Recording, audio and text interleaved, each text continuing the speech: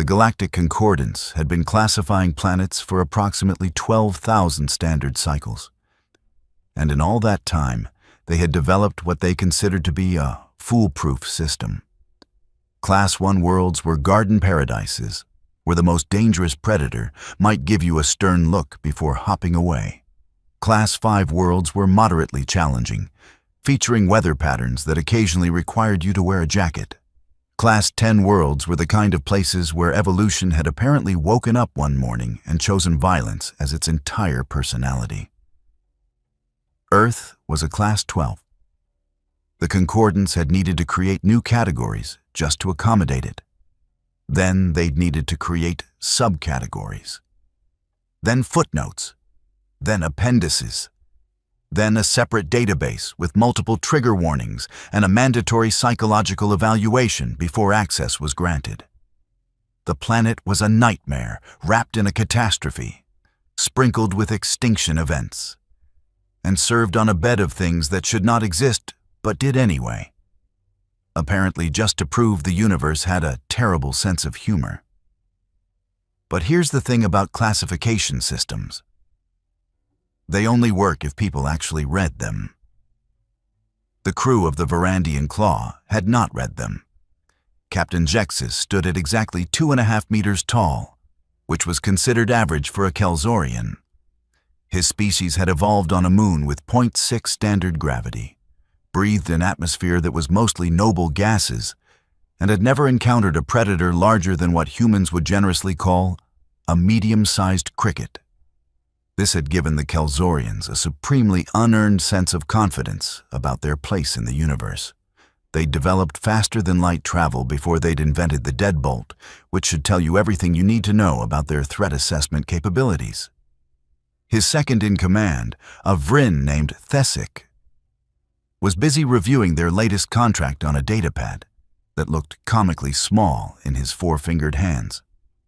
The Vryn were a species of cautious herbivores who had survived evolutionary pressure by being extremely good at running away and forming committee meetings to discuss whether they should have run away faster. Thesic had 17 different academic credentials in strategic planning, which made him fantastically overqualified for his current position of guy who stands next to the captain and nods. The target is confirmed in the diplomatic quarter of Station Helix 9, Thesic announced, his voice carrying that particular tone of someone who has checked something 3 times and is quite proud of themselves for being thorough. A human, female, mid-30s by their reckoning. Name, Kira Valdez. Position, junior trade negotiator for the Terran Colonial Administration. Junior. Jexus's mandibles clicked in what passed for a smirk among his people. They're sending us after middle management? The client was very specific. Thesic continued, scrolling through the contract details. They want leverage in the upcoming trade negotiations. Apparently, this particular human has been quite effective at closing deals that favor Terra. The ransom demand is modest, the extraction should be simple, and the humans have demonstrated a pattern of paying quickly to retrieve their personnel. The third member of their crew, a Paxorian named Vict, made a sound like gravel being sorted by aggressive machinery. The Paxorians were silicon-based life forms who looked like someone had tried to build a person out of obsidian and rage, then given up halfway through, but the creation had continued anyway. Vict served as their muscle, which was appropriate because he was approximately 60% muscle, 30% mineral deposits, and 10% barely suppressed irritation at organic life forms and their squishy inefficiency. Humans, Vict rumbled, are registered as a combat species, are they not? Technically, Thesic admitted, making a gesture that was the Vryn equivalent of a dismissive hand wave. But their rating is based primarily on psychological factors and persistence rather than actual physical capability. They're Category 4 combatants at best. Individually, they're quite fragile. This was true, in the same way that saying fire is somewhat warm is true. Accurate in the narrowest technical sense, while missing the point so completely that it wraps back around to being impressive. The species brief lists them as endurance predators from a high-gravity world. Vict pressed, because despite his appearance, he was actually the smart one on this ship. 0.98 standard gravities, Thesic read off. Barely above galactic average. And yes, they're technically from a Class 12 world, but that classification is clearly an administrative error. The Concordance has been promising to review it for cycles. I mean, look at them. They require constant hydration. Their skin is permeable. They can't survive in vacuum for more than a minute or two. And they're so chemically dependent that they fall unconscious for a third of every rotation cycle. They do seem unnecessarily fragile. Zexus agreed. I once watched a human bump their lower manipulator appendage on a furniture item, and they acted as though they'd been mortally wounded for several minutes. All three of them found this hilarious. They had never experienced a stubbed toe. They did not know. They could not have known. The plan is simple, Zexus continued, pulling up a holographic display of Station Helix 9. We dock under the guise of merchant traders. Thesic creates a distraction in the main commerce sector. Vict and I intercept the target during her routine transit from her quarters to the diplomatic offices. We secure her in the cargo hold, make the jump to the rendezvous point, and transfer her to the client. We'll be in and out in less than 3 standard hours. What about station security? Vict asked, because he was still the smart. 1. Minimal, Thesic assured him. Helix 9 is a diplomatic station, not a military installation. Their security is designed to prevent arguments from escalating, not to repel boarding actions. And we're not staging a boarding action. We're just borrowing one small human for a few rotations. The thing about small mistakes is that they tend to have large consequences. And the crew of the Varandian Claw was currently making several small mistakes simultaneously, which was creating a cascade effect that would have been visible from space if anyone had been looking. Mistake 1. Assuming the classification system was wrong. Mistake 2. Not researching what Class 12 Deathworld actually meant. Mistake 3. Confusing fragile with vulnerable. Mistake 4. Choosing Kira Valdez as their target. Station Helix 9 rotated sedately in the Kepler terminus, serving as neutral ground for approximately 40 different species who all wanted to trade with each other, but didn't particularly trust each other. The diplomatic quarter was designed to accommodate wildly different physiologies, which meant the corridors were kept at a temperature that nobody found comfortable but everyone could tolerate. The atmosphere was a compromise that left everyone slightly oxygen-deprived, and the lighting was calibrated to a spectrum that every species described as not quite right. Kira Valdez found it pleasant, which should have been anyone's first clue that something was different about her. She was currently in her quarters, which were decorated in what the station's housing algorithm had determined was human standard aesthetic. This meant aggressively beige walls, furniture designed by someone who had seen pictures of chairs but never actually sat in one, and lighting that hummed at a frequency that suggested it was plotting something. She'd added a few personal touches. A potted plant that was thriving despite the alien atmosphere. Several books in actual paper form. And a photograph of mountains that looked like something had tried to punch holes in the planet, and the planet had lost.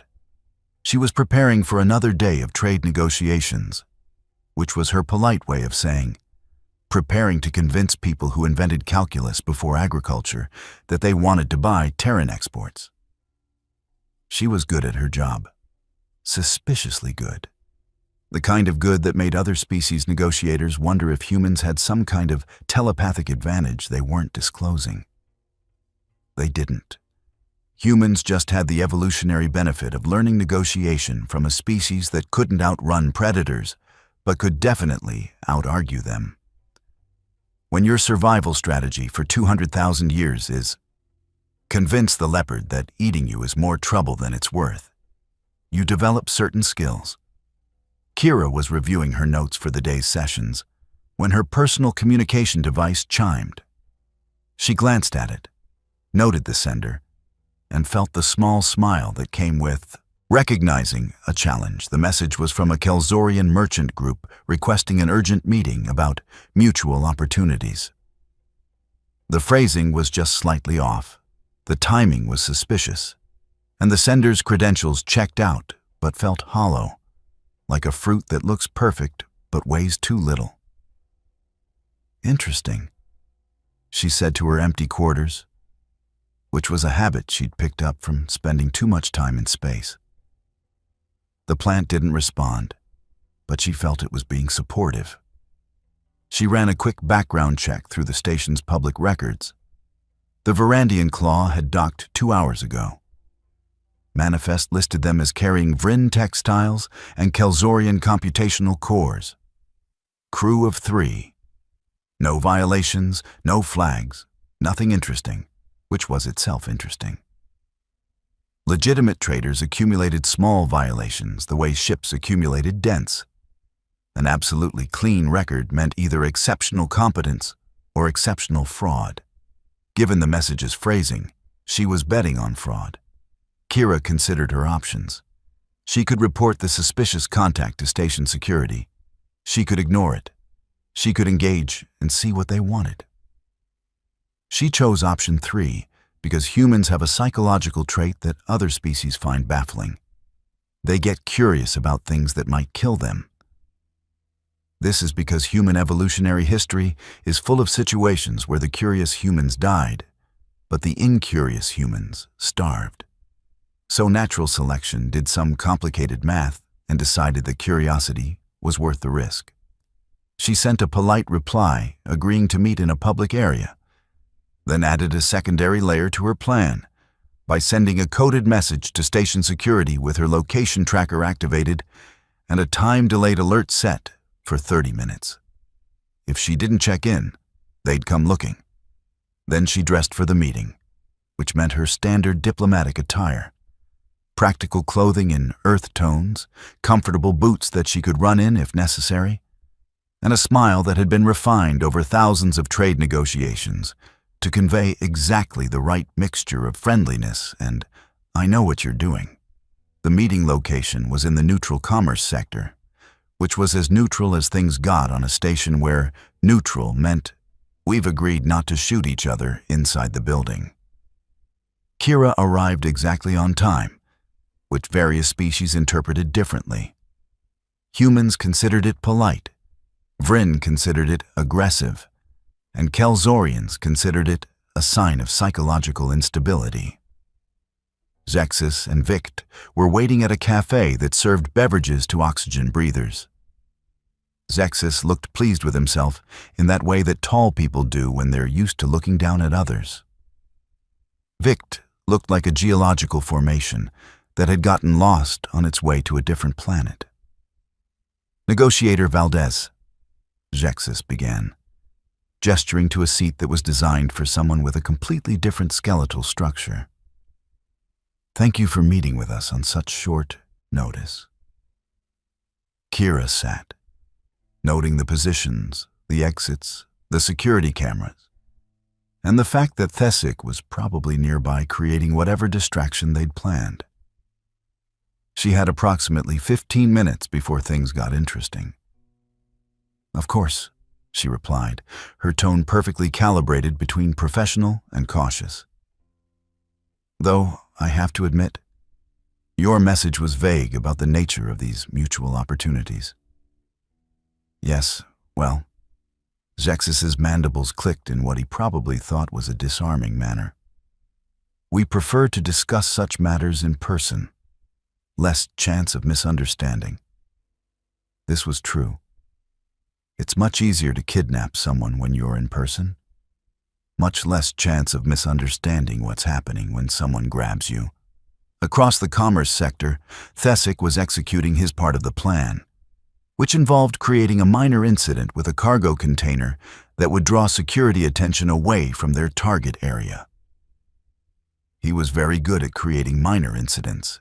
He had practiced. What Thesic had not practiced was accounting for the fact that station security on a diplomatic station isn't actually stupid, just underpaid. And underpaid doesn't mean incompetent. Back at the cafe, Kira was listening to Zexus explain a fictional trade opportunity while mentally counting down the seconds until they made their move. She had clocked Vict's position as between her and the main exit, and noted that Zexus was angling to block her view of the secondary corridor. Amateur hour, she thought, but kept her expression interested. "The thing about Terran exports," she said, deliberately extending the conversation, "is that they require careful consideration of compatibility. Not just technical compatibility, but environmental. Many of our products are designed for Earth-normal conditions." "And what exactly are Earth-normal conditions?" Zexus asked, probably trying to keep her talking until Thesic's distraction was in play. Kira's smile didn't change, but something in her eyes did. Something that humans recognized as the look someone gets when they're about to explain a really good joke that the other person won't understand until it's too late. "Challenging," she said simply. That's when the distraction started. Somewhere in the commerce sector, alarms began blaring. Security personnel started moving toward the incident. And Zexus made his move, which was to pull out a neural disruptor and aim it at Kira with the kind of confidence that comes from never having been wrong before.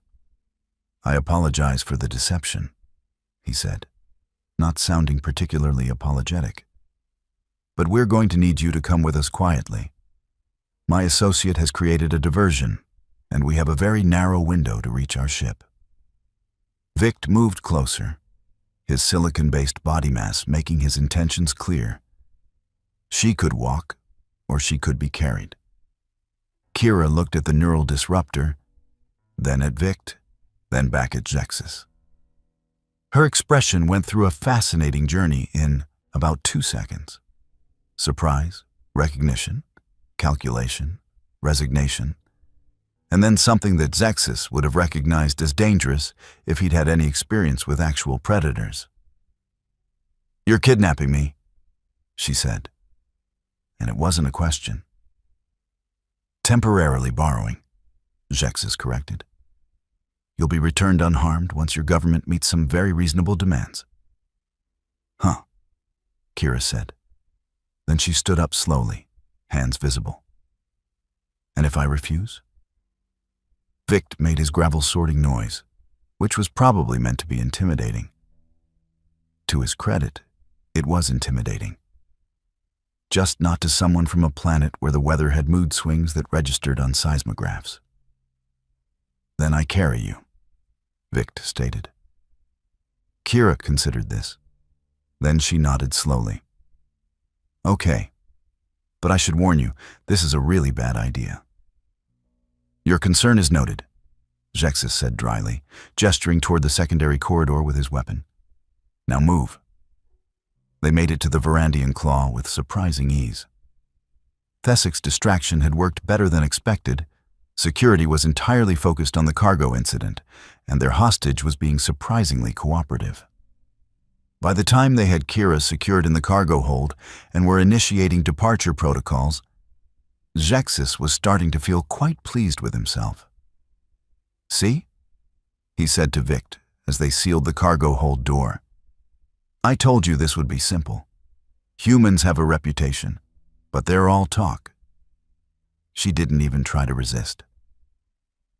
Inside the cargo hold, Kira was examining her surroundings with the kind of attention to detail that would have worried her captors if they'd been watching. The hold was a standard model, designed to carry non-perishable goods in atmosphere-controlled conditions. Temperature, 12 degrees standard. Atmospheric pressure, 0.8 standard. Oxygen content, 16%. Gravity, 0.6 standard. All of these conditions were, from a Kelsorian perspective, perfectly normal. From a Vryn perspective, slightly uncomfortable but manageable. From a Paxorian perspective, irrelevant because silicon-based life forms are notoriously difficult to inconvenience. From a human perspective, these conditions were a nice spring morning at moderate altitude. Kira sat on a cargo container and waited. She'd already sent her emergency signal before the kidnapping, so station security knew something was wrong. Her tracker was active, though it wouldn't help much once they made the jump to FTL. But that was fine. She didn't need rescue. She just needed her captors to realize exactly how badly they'd miscalculated. The Varandian Claw made its jump to FTL approximately 30 minutes after leaving Helix 9, heading toward a prearranged rendezvous point where they would transfer their hostage to the client. The jump went smoothly. The navigation was perfect. The systems all checked out. Then, about 2 hours into their journey, things started going wrong in that special way that things go wrong when the universe is trying to teach someone a lesson, but that someone is really bad at taking tests. "Captain." Thesek's voice came over the internal comm, carrying a note of concern that Vryn usually reserved for discussions about predator migration patterns. "We're experiencing some irregularities with the environmental systems." "Define irregularities." Zexis responded, not particularly concerned. "Ships had environmental hiccups. It was normal. The cargo hold atmosphere is fluctuating. Temperature has increased by 3 degrees. Pressure has increased by 0.2 standard. The system is compensating but struggling to maintain baseline." "Is it a mechanical failure?" "I don't think so. The system appears to be adapting. As if there's something in the cargo hold that's affecting the atmospheric balance." There was a pause while Zexis processed this.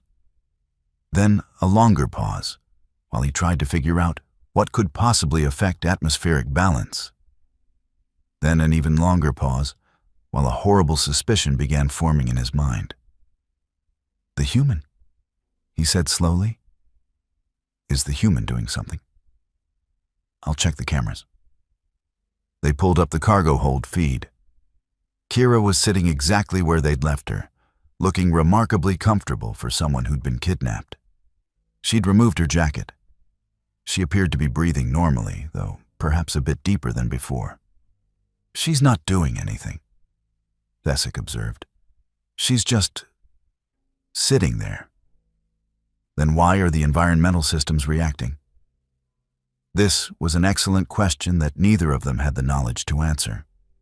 But the systems themselves were very clear about what was happening, if anyone had bothered to run a detailed diagnostic. The human was breathing. This seems obvious. All oxygen-breathing species breathe. But human breathing is special in that terrible way that everything about humans is special. They don't just exchange gases. They're walking chemical factories that produce carbon dioxide, water vapor, and trace amounts of various other compounds at rates that their ship's environmental systems were not designed to handle. A Kelsorian breathes approximately 4 liters of gas per minute. A Vryn breathes about 6. A human breathes somewhere between 8 and 12 liters per minute just at rest. And Kira was not at rest. She was slightly stressed, which had activated her sympathetic nervous system, which had increased her respiratory rate, which meant she was currently breathing about 15 liters per minute and exhaling enough carbon dioxide to confuse environmental systems that thought they were dealing with one small organic unit, not a biological carbon dioxide generator. "Increase the atmospheric processing," Zexis ordered. "Compensate for whatever she's doing." The systems tried. They really did. But here's the thing about systems designed for Kelsorians and Vryn. They're optimized for species whose environmental impact is minimal. The Varandian Claw's environmental processor was rated for a crew of 6 standard metabolizing beings. Kira Valdez's resting metabolism was approximately equivalent to 3 standard metabolizing beings.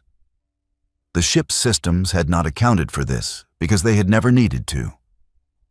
In the 12,000 cycles that the Galactic Concordance had been classifying planets, they had never encountered a species quite like humans, who were simultaneously fragile enough to die from a moderate fall and robust enough to survive conditions that would send other species into shock. Over the next several hours, the situation deteriorated in ways that were both predictable and hilarious, depending on whether you were experiencing them or watching from a safe distance. The cargo hold temperature continued rising because Kira was producing approximately 100 watts of heat just by existing. The Varandian Claw's cooling systems, designed for a crew that ran cooler than humans, struggled to compensate. The humidity increased because humans are approximately 60% water and determined to share this fact with their environment through various pores. Kira was producing about a liter of water vapor per day through respiration and perspiration. And the ship's dehumidifiers were starting to make concerning noises. The oxygen content was dropping and carbon dioxide was rising because human lungs are absurdly efficient at what they do, which is convert oxygen into things that are not oxygen. For Kira, these conditions were moderately warm and a bit stuffy. She'd removed her jacket and was considering removing her outer shirt because it was getting close to 20 degrees standard, and she preferred working in cooler conditions. For her captors, monitoring these changes from the bridge, each incremental shift was sending alarm bells through their threat assessment systems. The human is somehow manipulating the atmospheric conditions, Thesic announced, his voice taking on that quality that Vryn developed when they were contemplating running away, but weren't sure which direction was safe. That's impossible, Zexis countered. She has no tools, no technology, no access to ship systems. Then explain the readings. Zexis couldn't, so he did what captains do when they can't explain something. He decided to confront it directly. I'm going to talk to her, he announced. Is that wise? Thesic asked, which was the question someone asks when they already know the answer but are hoping someone else will make the bad decision. We need to know what she's doing. Besides, she's locked in the cargo hold. What can she possibly do? This is called foreshadowing, and Zexis was about to experience a masterclass in it. He approached the cargo hold with Vict in tow because Vict was large and intimidating and made of rocks, which seemed like appropriate backup for questioning a small human. The door unsealed with a hiss, and the atmospheric difference hit them immediately. It was hot, not dangerously hot, but noticeably warmer than the rest of the ship, and humid. And the air tasted wrong in a way that Zexis's chemical sensors couldn't quite identify, but his hindbrain absolutely hated. Kira looked up from where she was sitting, still looking remarkably comfortable. She'd rolled up her sleeves. Her face was slightly flushed, and there was moisture on her skin that Zexis's brain cataloged as some kind of warning discharge. Yes? She asked politely. What are you doing to my ship? Zexis demanded, trying to sound authoritative while his body was screaming at him that the atmosphere was wrong and he should leave immediately. Breathing, Kira replied, as if this explained everything. Which it did, but not in any way that Zexis could comprehend. The environmental systems are malfunctioning because of you. Stop whatever you're doing. Kira's expression shifted into something that looked like concern, but felt like something else entirely. I can't stop breathing. That would be fatal. For me, I mean. You'd be fine, but I'd be dead in about 4 minutes. You're doing more than breathing. The temperature has increased by 6 degrees. Has it? Kira looked around as if noticing for the first time. Huh. Sorry about that. Humans tend to run warm. It's a metabolic thing. We're endothermic. What does that mean? It means we generate our own heat internally. Most of it comes from converting nutrients into energy. But we also have this really inefficient thermoregulation system that involves producing liquid from our skin to cool down through evaporation. It's very primitive, but it works remarkably well in hot environments.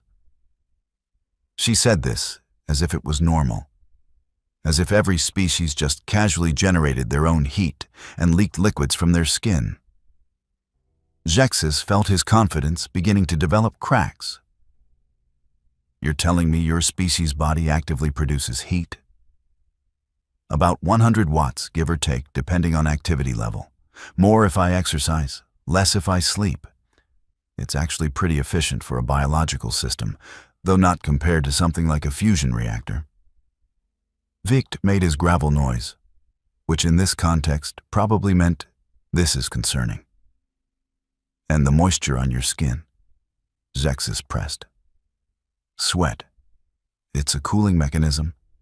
When the environment gets too warm, we produce liquid from specialized glands, and as it evaporates, it removes heat from our body surface. Very effective in dry heat, less effective in humid conditions, which is why tropical climates feel worse than desert climates at the same temperature. She was explaining this the way someone might explain a simple machine. Matter of fact, technical. Not at all concerned that she was describing a biological system that was actively hostile to the ship's environmental controls. This is a containment vessel, Zexus said, his voice rising slightly. The systems aren't designed for this kind of thermal output. No offense, but your containment systems are pretty weak. This is barely warmer than my office back on Earth. Comfortable room temperature for humans is around 22 degrees standard. This is what, 19? 20? This is 17 degrees above baseline. Right. But baseline for who? Kelzorians run cold. I looked up your species before this meeting. You guys prefer about 12 degrees and low humidity. That's basically refrigerator temperature for humans. We'd be uncomfortable but functional. The way she said, I looked up your species, carried implications that Zexus was just beginning to understand. She'd known. Before the kidnapping, she'd researched them, which meant she'd expected something like this, which meant she'd let them take her. You knew we were going to kidnap you, he said slowly. I suspected. The message was suspicious. The timing was convenient. And you guys really need to work on your operational security. The Varandian Claw's departure was filed 3 hours before your urgent meeting request arrived. That's not how legitimate traders operate. If you knew, why didn't you report us? Kira smiled, and it was not a nice smile. It was the smile of someone who'd been playing a different game the entire time. I did. Station security has your identity, your ship signature, your declared destination, and a warrant waiting for you at every registered station within 6 sectors. But I was also curious. Curious? About what you wanted and how far you'd go? About whether this was a professional operation or amateur hour? About how long it would take you to realize your mistake? What mistake? But Zexus's voice had lost its authority. He knew. He was starting to know. You kidnapped someone from a Class 12 Deathworld and locked them in a small metal box with minimal life support. Did you actually read Earth's classification file, or just the summary? The classification is being reviewed. It's clearly an error. Kira laughed. It was not a comfortable sound in the small space. It's not an error. It's insufficient. Earth is where evolution decided to run every possible experiment in lethality simultaneously. We have weather systems that throw around more energy than most species' weapons. We have ocean currents that could power small civilizations. We have microorganisms that eat stone in atmospheric conditions that vary by 50 degrees, depending on the time of day and location. Exaggeration. Is it? Let me tell you about Earth. Our atmosphere is 21% oxygen, which most species consider highly flammable and reactive. We live in it. We require it.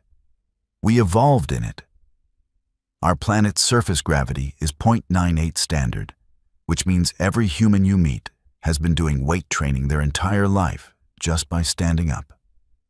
Our planet is 70% covered in salt water that will kill you if you drink it, and we learned to cross it in wooden boxes before we invented writing. She stood up slowly, and even though she was significantly shorter than Zexus, something about the movement made him step back. We survive temperatures from -40 to +50 degrees Celsius. We heal from injuries that would permanently disable other species. We have persistence hunting strategies where we literally chase prey until it dies of exhaustion because we can regulate our temperature and they can't. We're not the fastest or the strongest or the most armored, but we're the ones who looked at every inhospitable environment on our planet and said, I'm going to live there anyway. You're trying to intimidate me. No, I'm trying to educate you. Because in about 6 more hours, your environmental systems are going to fail completely, and you're going to have to make some very difficult decisions. The systems are compensating. The systems are dying. They're designed for species with minimal environmental impact. I'm passively altering the atmospheric composition of this entire cargo hold just by existing. Give it time, and I'll affect the entire ship. And here's the really fun part. These conditions are uncomfortable for me. They're lethal for you. Vict spoke for the first time, his voice carrying a tone that suggested he was the only one on the ship capable of basic threat assessment. How long can you survive in here? In current conditions? Indefinitely. I've got some water, I'm not particularly hungry yet, and the temperature is tolerable. If it gets hotter, I'll be uncomfortable but functional up to about 35 degrees standard. After that, I'll need water and shade, but I can survive. Heat exhaustion doesn't set in for humans until around 40 degrees in humid conditions. And us? Vict asked, because he was still the smart one. Kelzorians start experiencing system stress at around 22 degrees. Vryn have a slightly higher tolerance, but start struggling at 25. I'm not sure about Paxorians, because silicon-based life forms are weird. But I'm guessing extreme heat isn't great for your crystalline structure. You're weaponizing your biology, Zexus said, and he sounded almost impressed under the horror. I'm existing. You're the ones who built a cage that can't contain what you put in it. That's not weaponization. That's just really poor planning. The silence that followed was broken only by the sound of the ship's environmental systems working overtime, and the faint sound of Kira's breathing, which now that they were paying attention, seemed remarkably loud for something that wasn't supposed to be threatening. Zexus made a decision. We're going to adjust the environmental controls, bring the cargo hold back to baseline. That'll be uncomfortable for me. You'll survive. Will I?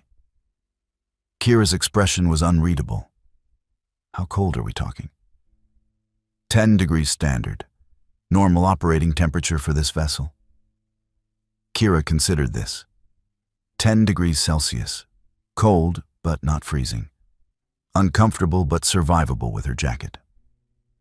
Fine, but I'll need my jacket back. Agreed. They left the cargo hold, and Zexus immediately ordered the environmental controls reset to baseline.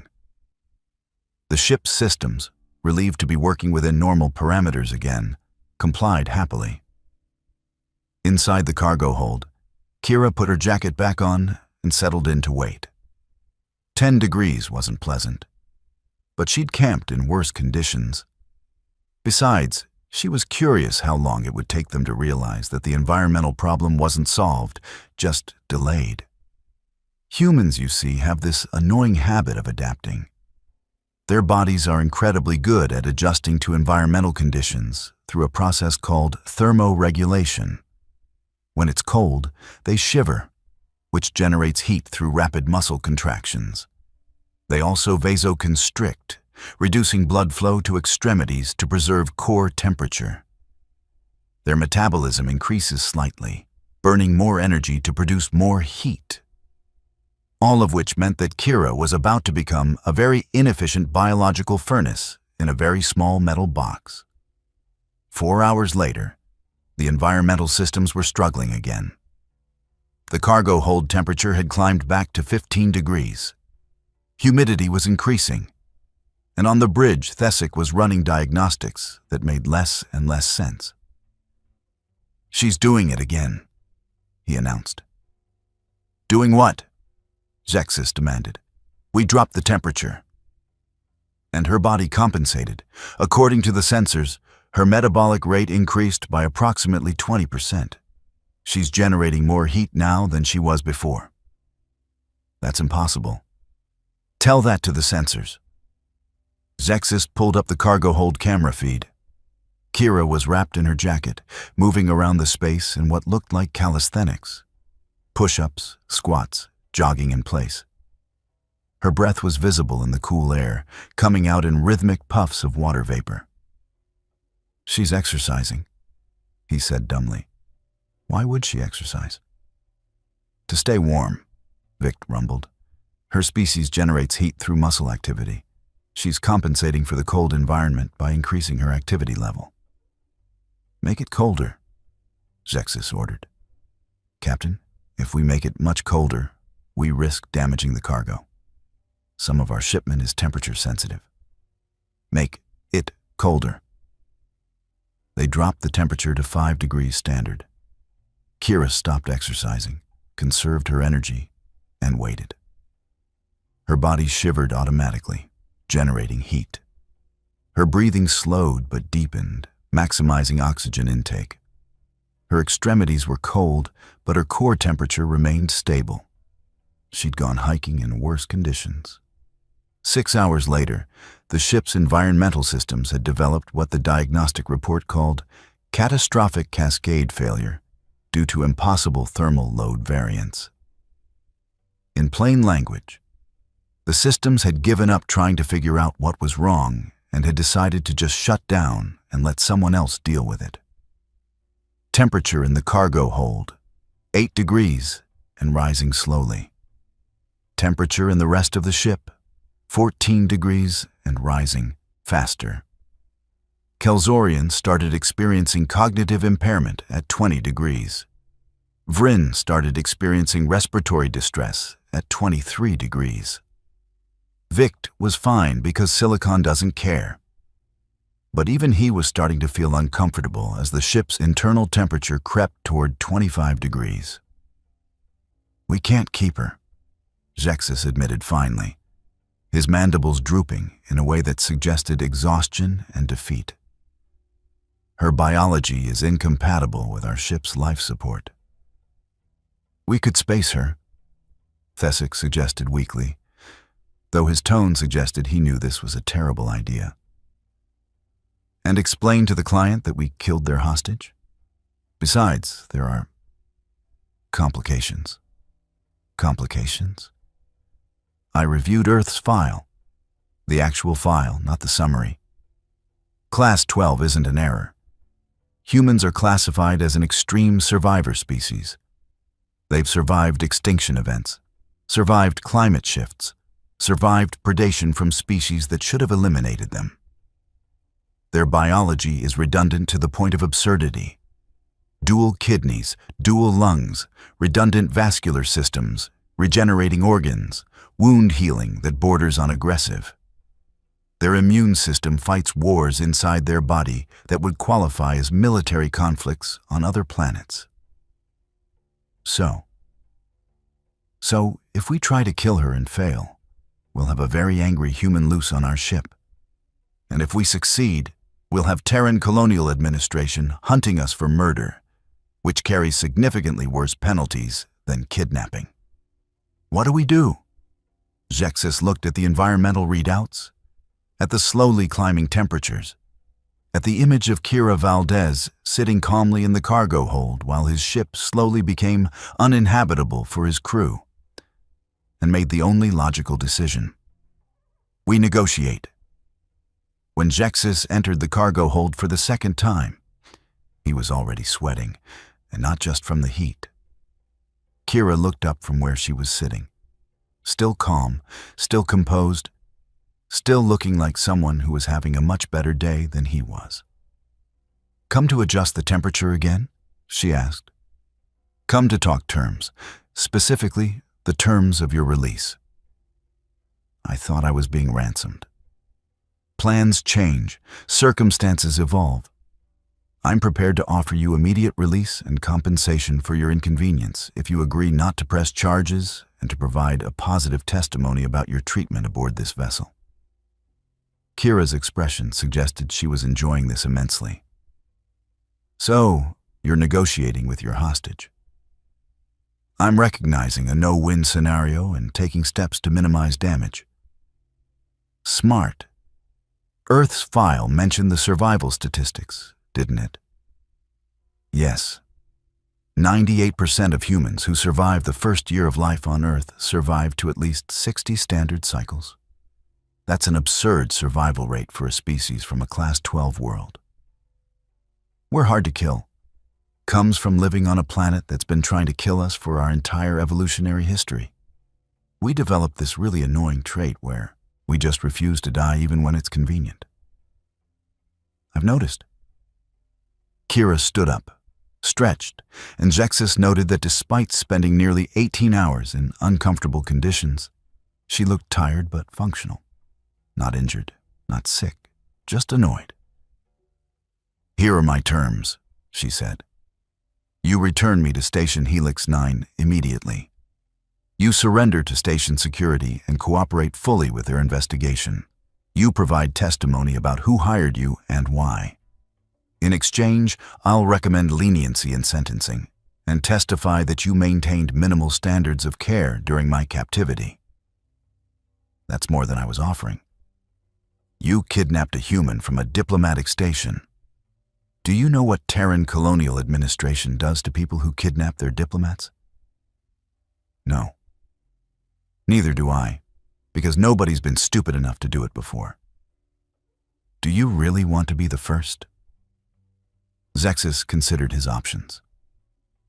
Option 1. Continue holding a hostage whose biology was slowly making his ship uninhabitable. Option 2. Accept her terms and face the legal consequences. Option 3. Try something desperate and stupid. He chose option 2 because he was tired, hot, and beginning to understand why Earth was classified the way it was. Agreed. We'll return you to Helix 9. Excellent choice. One more thing. What? Fix your ship's environmental controls. They're not designed for species with high metabolic rates. If you're going to operate in human space, you need systems that can handle human biology. We're common enough now that you'll run into this problem again. Noted. The Varandian Claw made the return jump to Helix 9 with its environmental systems running at maximum capacity, and its crew learning a valuable lesson about reading classification files completely. When they docked, station security was waiting, along with a very interested Terran Colonial Administration representative who had a lot of questions about unauthorized hostage situations. Kira disembarked, looking slightly rumpled, but otherwise fine. She gave her testimony, recommended the minimum sentence given their cooperation, and went back to her quarters for a shower and a meal. 3 days later, she was back in trade negotiations. and if her counterparts noticed that she seemed more confident than before, they attributed it to successful diplomacy rather than successful survival. The Galactic Concordance updated Earth's classification file with a new appendix titled Biological Containment Considerations for Human Subjects. It was 17 pages long and contained multiple warnings about metabolic rates, thermoregulation, chemical emissions, and the general inadvisability of attempting to kidnap humans. The appendix ended with a note that would become famous in certain circles. Human beings are individually fragile, but collectively unstoppable, personally vulnerable, but systemically dominant, seemingly weak, but functionally indestructible. They come from a planet that tried to kill them for millions of years and failed. Learn from that planet's mistake. Zexis read that note during his sentence at a rehabilitation facility where they taught convicted criminals about risk assessment and proper target selection. He learned a lot. Primarily, he learned to read classification files completely, to never underestimate species from high-gravity worlds, and to never, ever assume that small meant weak. And somewhere in the Terran Colonial Administration's classified files, there was a memo that read, "Recommend Kira Valdez for field promotion. Survived kidnapping through superior knowledge and biological attrition. Very funny, very effective, very human." Because at the end of the day, that's what humans did best. Survive things that should have killed them, adapt to conditions that should have stopped them, and occasionally turn their biology into a weapon without even trying. They came from a death world. They brought the death world with them wherever they went. And the galaxy was still figuring out what that meant, one confused kidnapping attempt at a time.